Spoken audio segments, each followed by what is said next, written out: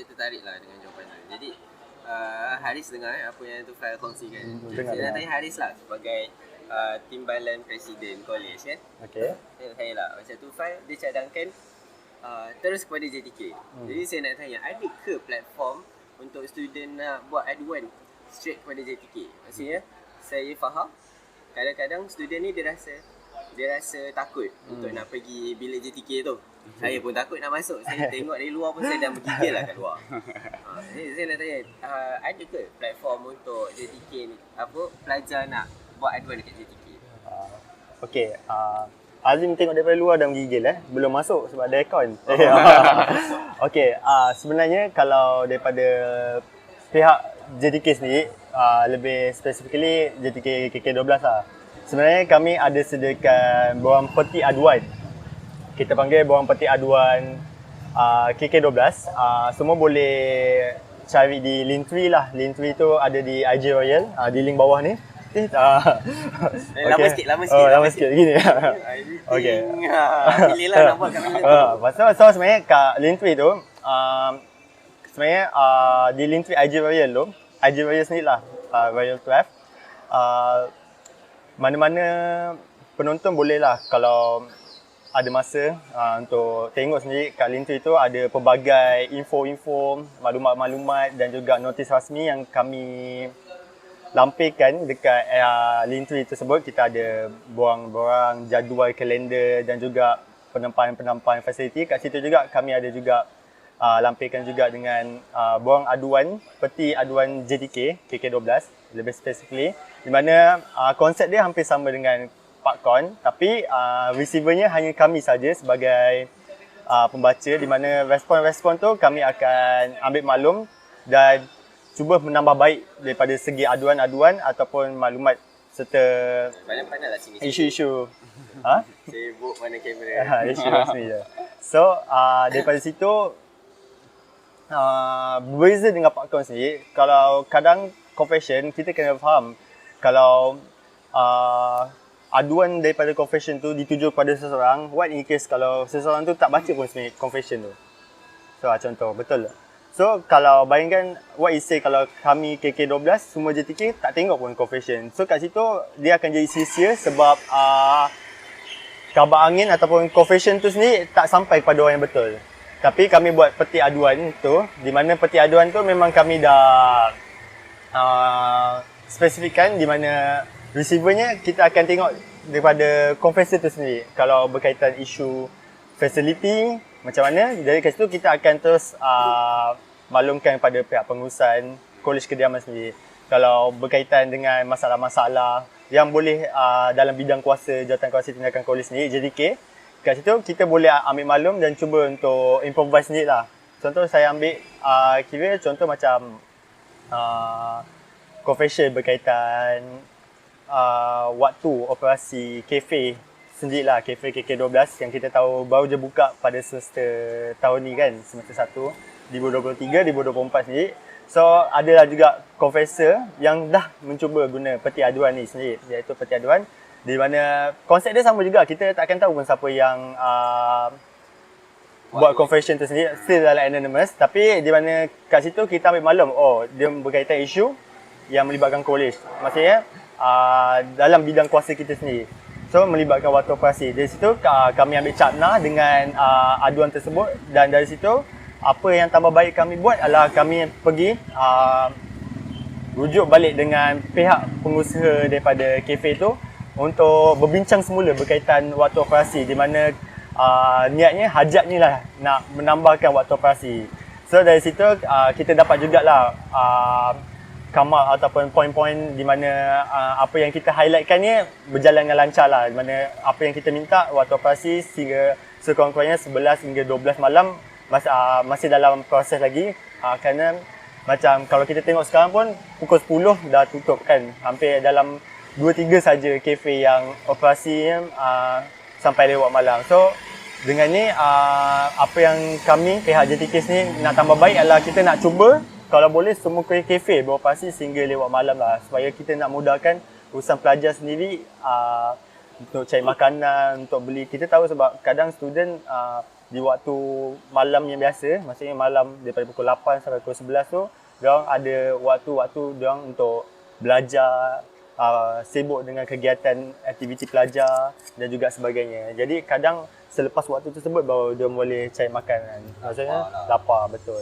So bila kafe tutup sebelum pukul 10 tu, susah lah untuk diorang nak mencari macam sumber makanan. Kadang-kadang macam kena terpaksa keluar daripada college sendiri, luar UM, pergi ke college kediaman lain semata-mata untuk cari makanan. So kat situ ada satu confession lah yang kita daripada pihak JTK sendiri, bila melalui saluran yang betul, boleh dapatkan feedback yang sebenar.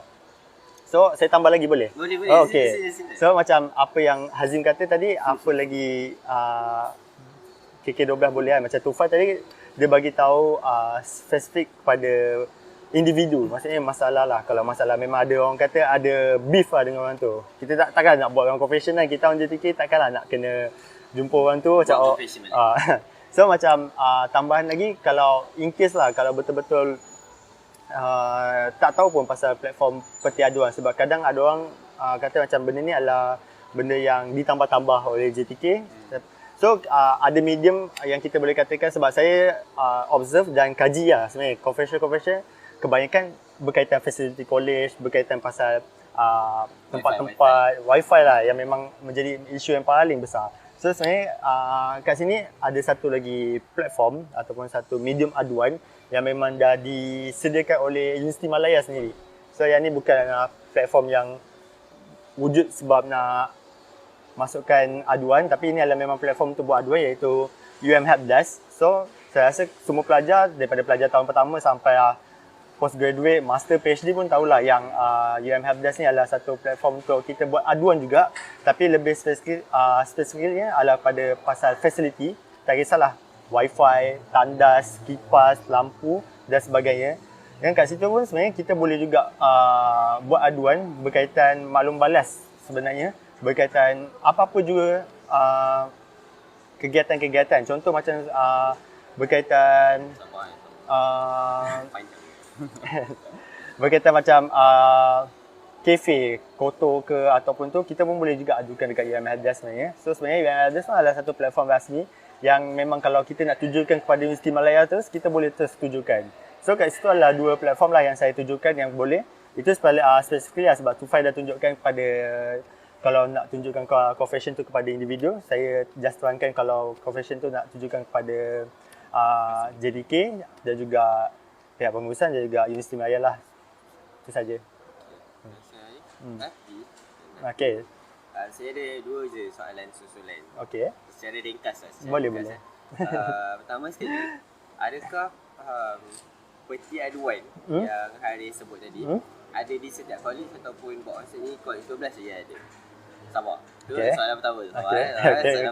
Saya digest lah. Yes. Helpdesk tu yelah Helpdesk lah. Maksudnya kita kena masukkan nama apa semua, proses dia agak panjang dan semestinya tahulah siapa yang buat aduan tu sebab kita kena login kita punya account.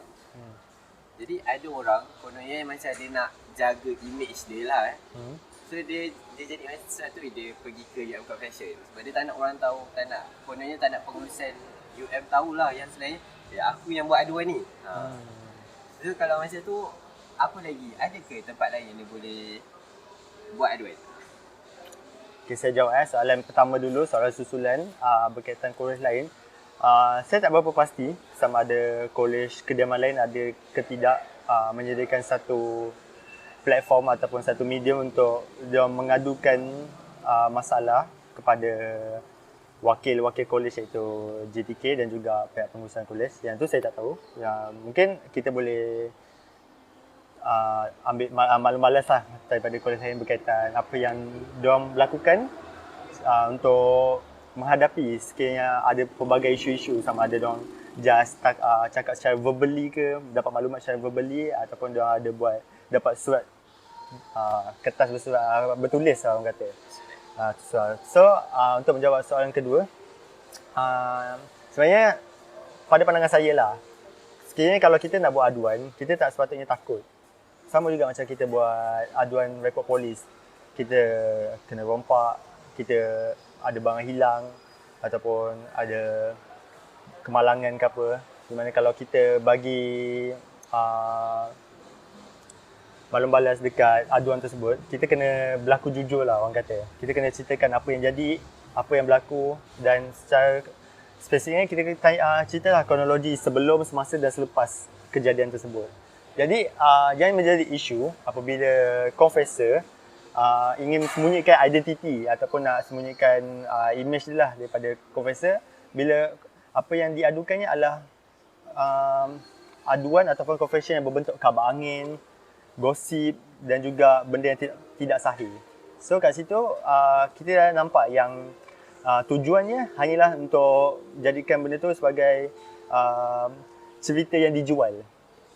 So apa yang cerita yang dijual ni semata-mata untuk untuk biar bukan. So sebenarnya bila kita orang tu menjual cerita, dia akan menjadikan benda tu gosip yang kita sebagai manusia memang suka. Sebenarnya kita manusia, bila kita renungkan diri, kita pandang diri masing-masing, bila kita lihat sebenarnya manusia ni, dia lebih suka mencari salah orang daripada melihat kebaikan orang sendiri. Bayangkan kalau manusia tu buat 9 kebaikan dan juga 1 kesilapan, kita sebagai manusia kita akan pandang juga kesilapan tu yang satu juga, kerana kita akan tahu yang daripada kesilapan tu kita akan judge dia orang sendiri. So sebenarnya macam tu juga confession. Bukan.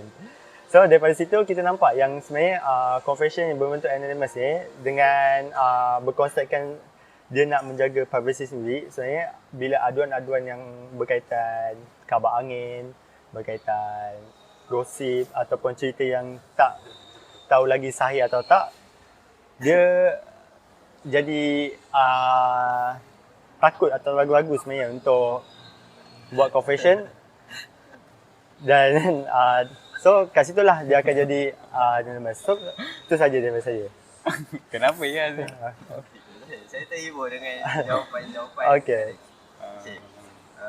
Jadi masa pun mencemburui kita kan, sebab ni pun dah hampir sejam dah kita bercakap ni.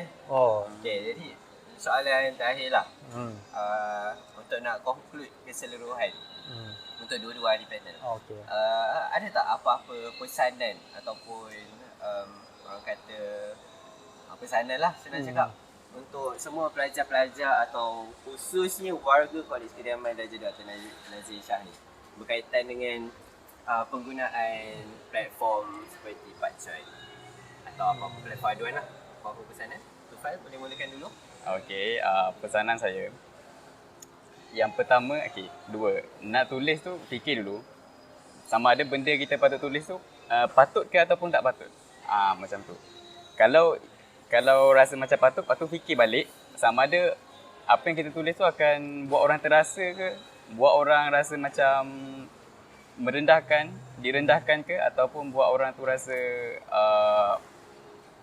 menaik. Ataupun orang tu rasa macam tak, menaik tu maksudnya dia punya semangat lah. Hai. Tadi rosak orang, menaik lah. Semangat maksudnya. Kalau benda tu positif. Jadi yang pertama, fikir balik sama ada benda tu patut dibuat ataupun tak. Yang kedua, fikir sama ada buat orang terasa ataupun buat orang jadi positif. So, fikir juga dia punya impact dia. Kalau rasa benda tu tak penting, and then mungkin apa yang kita tulis buat orang terasa sampai orang tu overthinking sampai jadi tak confident nak buat apa-apa, dia dah sampai memberi impact yang negatif teruk pada orang tu. So saya rasa boleh stop kot benda-benda yang macam tu. Kalau benda tu positif, teruskan. Kalau rasa macam nak jadikan confession tu sebagai tempat kita meluah, tak ada masalah pun sebenarnya. Kita nak share masalah kita dengan busy study, stress dengan study apa semua, nak minta tips dengan orang, contoh nak minta apa lagi, cara untuk study dengan baik daripada UN Confession itu sendiri. Sebab ramai pengguna, so ramai-ramai ni boleh bagi respon yang baik dekat situ. So kalau positif, tak ada masalah, just go ahead. Teruskan saja benda tu. Memang benda tu perlu dan penting. That's why Confession itu diwujudkan, saya rasa. Okay, kalau benda tu negatif, tolonglah stop. Tolong sangat saya merayu kepada anda sebagai warga kolej dan juga warga UM sendiri, tolonglah berhenti menularkan ataupun memberikan benda-benda yang berbentuk kontroversi, berbentuk yang boleh merosakkan imej kolej dan juga image UM sendiri kepada orang luar. Saya rasa tu. Terima kasih. Haris? Okay. Akhir katalah daripada saya. So, boleh Okay, so... Okay dah. Tet. So, dah lupa point kan? So macam apa yang Tufai kata, saya tambah sedikit lah. Sebab saya tahu UN Confession, PAKCON ni, dia punya coverage dia lebih luas. So kadang apa yang kami daripada College JDK KK12 ni dah buat ni, mungkin tak boleh menyeluruh ke seluruh Universiti Melaya. Terutama sekali kalau convention yang melibatkan college luar college lah. Macam melibatkan kereta sapu ke, abang driver ni bagus lah hari ni. Takkan tiba-tiba bagi kat KK12 kan, dia jadi macam kita nak buat apa ni, abang sapu tu tak tahu pun. So macam kalau macam convention yang berbentuk positif, yang memuji, yang ada orang kata baik ni lah kepada orang. Kalau kita baca pun kita tak menimbulkan dosa, orang kata. Macam baca, terus jadi dosa ni. Sebab so kat situ okey lah kalau melibatkan positif. Sebab bagi saya macam Tufai kata, memang PAKCON ni diwujudkan memang untuk orang meluahkan perasaan.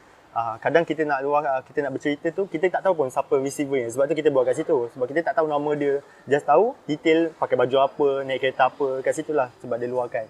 Jadi sebenarnya menggunakan platform PAKCON ni tak salah, tapi isi-isi ataupun konten dalam PAKCON tu sendiri yang kena diperhalusi balik supaya tak menimbulkan isu-isu kontroversi, sensitivity dan juga boleh menimbulkan masalah bila dia mungkin boleh menjatuhkan image individu itu sendiri ataupun image college. Jadi bila nak gunakan tak kata salah medium tu, tapi pastikan konten ataupun apa yang nak diceritakan tu pastilah tidak mendatangkan keburukan kepada orang lain. So itu saja dari saya. Okay, terima kasih. Jadi saya boleh simpulkan lah, kalau benda tu baik, benda tu boleh membangunkan orang lain, menyelesaikan masalah, teruskan. Confess lah tak Pak Chan. Nak minta tips, silakan. Betul. Tapi kalau niat tu nak menjatuhkan orang lain, niat tu nak cakap orang ni buruk, orang ni teruk, bolehlah perlahan-lahan kurangkan. Berhenti terus pun lagi bagus. Okay? Jadi itu saja untuk episod kita pada kali ini. Terima kasih saya ucapkan lagi sekali kepada saudara Tufai dan juga Haris kerana sudi meluangkan masa. Semoga apa yang disampaikan, saya rasa saya haraplah bermanfaat untuk para pendengar di luar sana. Itu saja. Saya Hazim lagi sekali, host anda pada hari ini. Signing off. Jumpa dalam episod akan datang. Bye.